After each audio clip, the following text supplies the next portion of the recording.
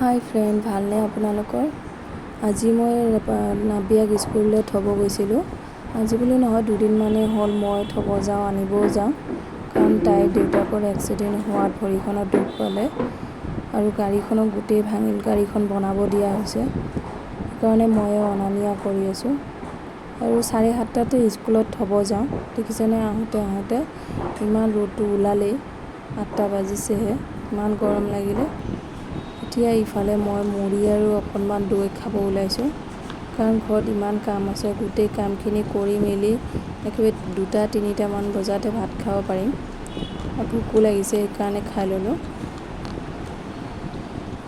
আৰু ইফালে মই বজাৰৰ পৰা লৈ আহিছোঁ আজি মই সৰু ইলিছ মাছ। এয়া ইলিছ মাছখিনি কাটি বাছি ধুই ৰেডি কৰি লৈছোঁ। ইফালে দি দিছোঁ তেলত মই বেঙেনা টুকুৰা কৰি কাটি দীঘল কৰি, কাৰণ আজি মই ইলিছ মাছখিনি বেঙেনাৰ লগতে বনাম, পাতল জোল বনাম।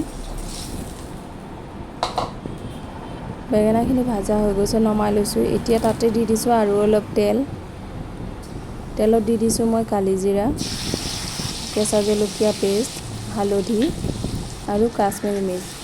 এইখিনি মছলাৰ লগতেই মই মাছখিনি বনাম, পাতল জোল বনাম। বেলেগ আৰু একো মছলা নিদিওঁ।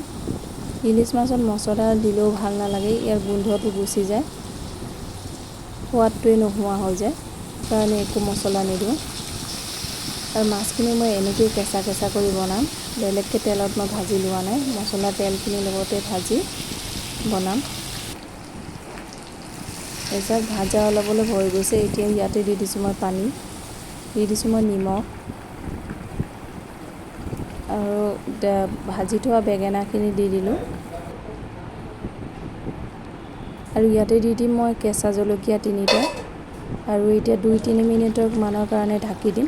তাৰপিছত 2-3 মিনিটৰ পিছত মোৰ ইলিছ মাছৰ পাতল জোল ৰেডি। পূৰাকৈ জোলখিনি মই দেখুৱাবই নোৱাৰিলোঁ।